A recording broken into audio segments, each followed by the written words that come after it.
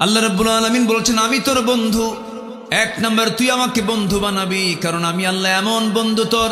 ওয়া নাহানু আকরাবু ইলাইহি মিন হাবলিল ওয়ারিদ।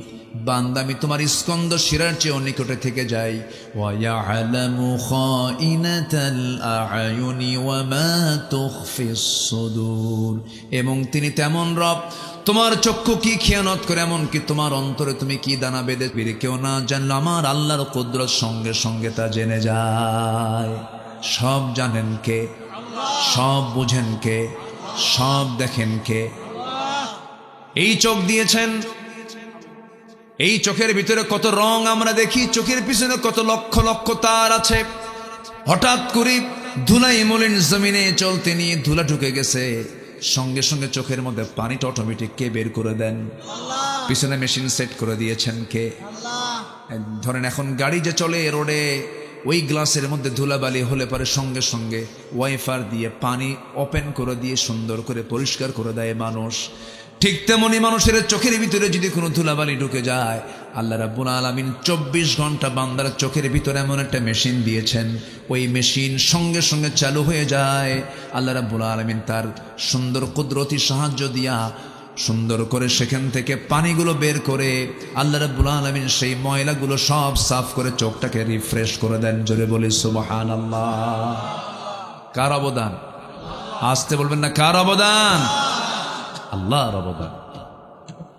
আল্লাহ রাব্বুল আলামিন বলেন আলাম নাজআল লাহু আইনাইনি ওয়া লিসানান ওয়া শাফাতাইনি ওয়া হাদাইনাহুন নাজদাইন। আল্লাহ পাক আর এক জায়গায় বলছেন বান্দারে আমি তোকে কত সুন্দর করে টানা টানা দুইটা চক্ষু দিলাম, সুন্দর দুটি ঠোঁট দিলাম। আল্লাহ আর এক জায়গায় বলছেন ইয়া أيها الإنسان ما غرك بربك الكريم الذي خلقك فسواك فعدلك في أي صورة ما شاء ركبك। জোরে বলুন আল্লাহু আকবার। শুধু সৃষ্টি করেন নাই, ফাসাওয়াকা ফাআদালাক, লেভেল করেছেন, চোখটা সমান সমান করেছেন, হাতটা সমান সমান করেছেন, পাটা সমান সমান করেছেন। যদি দুইটা পা একটা পা যদি সামান্য একটু কম বেশি হয়ে যায়, মানুষ কি হাঁটবে কি সুন্দরভাবে? না, অসুন্দর হয়ে যাবে, অসুন্দর হয়ে যাবে। আল্লাহ পাক সবগুলোকে লেবেল করে দিয়েছেন। আল্লাহ বলছেন বান্দারে সব আমি দিলাম, তুই আমাকে বলিস কেমনে? বান্দা আমি তো তোকে বলি না। 24 ঘন্টা আমি তোকে স্মরণ করি, আমাকে খাওয়ান কে? অনেকে বলে হুজুর আপনি যে বলেন আল্লাহ আমাকে খাওয়ান, কেমনে খাওয়ান? ইরি ধান লাগাই আমি, আমন ধান লাগাই আমি, বড় ধান লাগাই আমি, আল্লাহ আমারে কেমনে খাওয়ায়? এরকম আছে না? আছে না নাই? বলেন তো আছে না নাই? আমার বন্ধুগণ, ইরি ধান, আমন ধান, বড় ধান জমিতে লাগালাম, আমার মুখে নয় আমি চাল তুললাম, ভাত নিলাম, আমি নিজে খেলাম, কিন্তু মানুষ খাবার খায় দুই দিক থেকে, একটা হচ্ছে নাক দিয়ে আর একটা মুখ দিয়া। কোন খাবারটা বেশি জরুরি বলেন? মুখেরটা না নাকেরটা? মুখেরটা 3 দিন বন্ধ সমস্যা নাই, কিন্তু নাকেরটা 3 মিনিট বন্ধ। বলেন বলেন বলেন, জরুরি কোনটা বেশি? এই নাকেরটা। এই নাকের খাবারটা সরাসরি খাওয়ায় দিচ্ছেন তিনি আমারকে। যে বেকুব কয় আল্লাহ আমারে কেমন করে খাওয়ায়, তার নাক চেপে ধরবেন। কি চেপে ধরবেন? নাকটা চেপে ধরলেই সব অ্যান্সার পেয়ে যাবে সে। আল্লাহ কেমন করে সরাসরি খাওয়ান তিনি, সেই মহান রব্বুল আলামিন বলছেন বান্দা তুই আমাকে কেমন করে ভুলে যাস? আমাকে ভুলবি না রে বান্দা, আমাকে তুই স্মরণ করবি, আমার দিকে 1 হাত আগাবি, আমি তোর দিকে 10 হাত আগায়া যাব। তুই আমার দিকে হেঁটে হেঁটে আসবি, আমি তোর দিকে দৌড়ায়া যাব। তুই আমার কাছে মাফ চাবি, আমি অস্থির হয়ে যাব। যখন কোনো বান্দা শেষ রাতে তাহাজ্জুদের সময় যখন বান্দা উঠে দাঁড়ায়, আল্লাহ প্রথম আকাশে এসে বলেন বান্দারে তুই আমার কাছে কি চাস? প্রাণ খুলেছে, আমি তার সব কিছু মাফ করে দেব। আমি থাকি দুনিয়াতে, আমি দুনিয়ার আকাশ দেখতে পাই, আমার আল্লাহ থেকে আরশে আজিমের 7 আকাশের উপরে আল্লাহ আমাকে মাফ করার জন্য 7 আকাশ থেকে 1 আকাশে আসেন। আল্লাহু আকবার বলেন। আল্লাহ বেশি আসেন, এসে বলেন আলা আলা মিন, আল্লাহ রাব্বুল আলামিন বলেন কোন বান্দা চালা মিন মুস্তাগফিরিন ফাগফির লাহ, কোন ক্ষমা প্রার্থী আছে আমার কাছে ক্ষমা চাবে, আমি তাকে ক্ষমা করে দেব। এমন করে তিনি ডাকতে থাকেন প্রথম আকাশে এসে। আমার বন্ধুগণ, আল্লাহ পাক বেশি এসে আমার কাছে অপেক্ষায় থাকেন আমি কখন তার কাছ থেকে মাফ চাবো।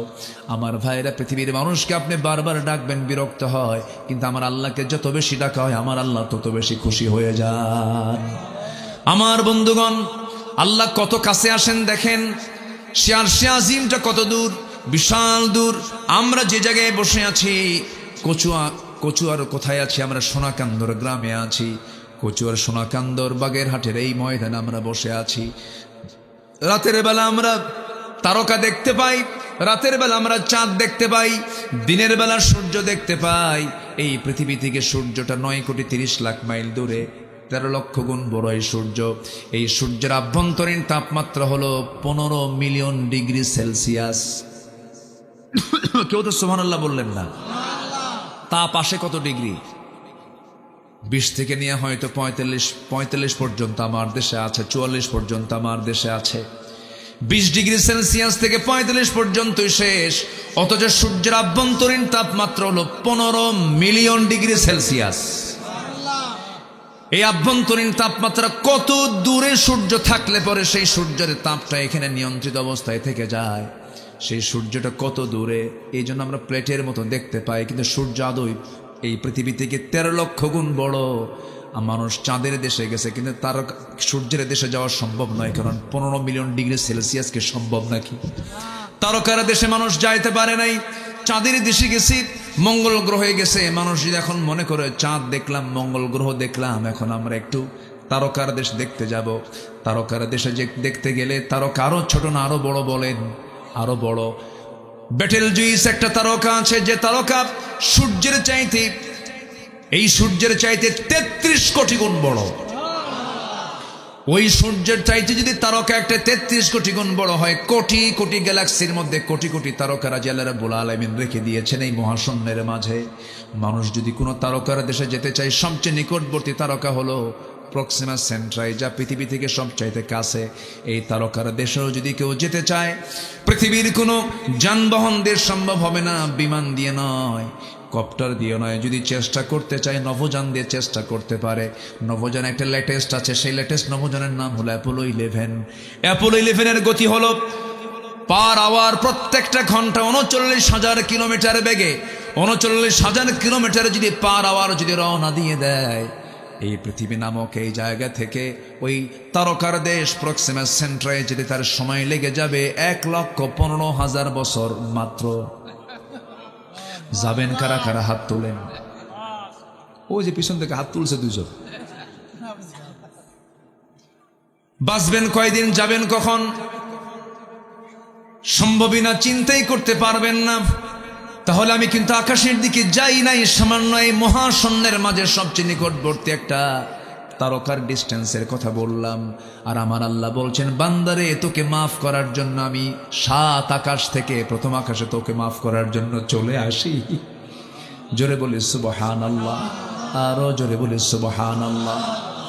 পৃথিবীর মানুষ আপনাকে ভুলে যায়, আপনি মরে যাবেন, আপনাকে ভুলে যাবে, কয়েকদিন আপনাকে স্মরণ করবে, আপনার বউটা অন্যত্র বিয়ে বসবে, আপনার ছেলের সম্পত্তি নিয়ে মারামারি করবে, কিন্তু যিনি আমাকে কখনো ঠকাবেন না তিনি আমার কে?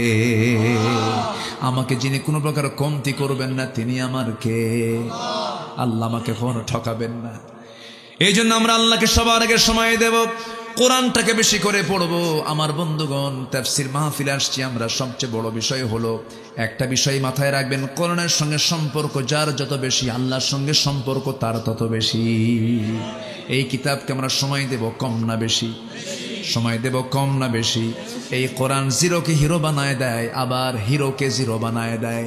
ওমর ছিলেন জিরো, হয়ে গেছেন হিরো, আর ওইদিকে আবু জেহেল ছিল হিরো, হয়ে গেছে জিরো। আমার দেশেও যারা আবু জেহেলের চরিত্র নিয়েছিল, তারা একসময় যদি হিরো মনে করেছে, আল্লাহ তাদেরকে জিরো বানায় দিয়েছেন। কি বানায় দিয়েছেন? জিরো। কোরআনের সঙ্গে অবমাননা করো, মাঝে মাঝে ফাল মারে, কি মারে? লাভ হবে না। এই সবুজ ভূখণ্ডে ইসলামের রক্তিম সূর্য উদিত হবে। জোরে বলে ইনশাআল্লাহ, জোরে বলে ইনশাআল্লাহ। অনেক কিছু করেছে তারা, অনেক কিছু। মাহফিলে বলা হতো নাশকতা, বলতো না নাশকতা মাহফিল হবে না, নাশকতার আশঙ্কা আছে, যে কোনো মুহূর্তে একটা কিছু হয়ে যেতে পারে। কিছু হয়, কিছু হচ্ছে, কোনো সমস্যা আছে? যাই হোক, কোরআনকে যারা অচল করতে চাবে তারাই অচল হয়ে যাবে, এটাই বাস্তবতা। তো আবু জেহেলরাও চেষ্টা করেছিল, কিন্তু ব্যর্থ চেষ্টা। আবু জেহেলরা বলেছিল, وقال الذين كفروا لا تسمعوا لهذا القرآن والغوا فيه لعلكم تغلبون। الله أكبر। কাফিররা চেয়েছিল তোমরা কোরআন শুনতে যেও না, কোরআন শোনা থেকে তোমরা দূরে থাকো, তোমরা বিজয়ী হয়ে যাবে। কিন্তু আমার আল্লাহর কথা হলো, ওয়াইদা তুলিয়াত আলাইহিম আয়াতুহু জাদাতুহুম ঈমানান ওয়া আলা রাব্বিহিম ইয়াতাওয়াক্কালুন। জোরে বলুন আল্লাহু আকবার। আমার বন্ধুগণ, আল্লাহর বক্তব্য হলো, না না, কোরআন যারা শুনবে, কোরআন শুনলে তার ঈমান যদি একটু দুর্বল থেকে থাকে, কোরআন শোনার সঙ্গে সঙ্গে তার ঈমানটা শতগুণে বৃদ্ধি পেয়ে যাবে। জোরে বলি সুবহানাল্লাহ। ঈমান বৃদ্ধি পায় কোরআন শুনলে পরে। কার কথা? আসতে বলবেন না, কার কথা? আল্লাহর কথা। এই জন্য আমরা কোরআন শুনবো, বেশি বেশি গান শুনবো। গান শুনবেন, এটা আবার কেমন কথা হলো? একটুও তো শোনা যাবে না, গানের কাছেই যাওয়া যাবে না। আমার দেশে ইদানিং আবার কিছু খুব সুশীল সমাজের কিছু দাবিদার বের হয়েছে। তারা বলে হাজার বছরের বাঙালিদের ঐতিহ্য কি, ওই যে কি বলে, কি গান যেন, পালা গান,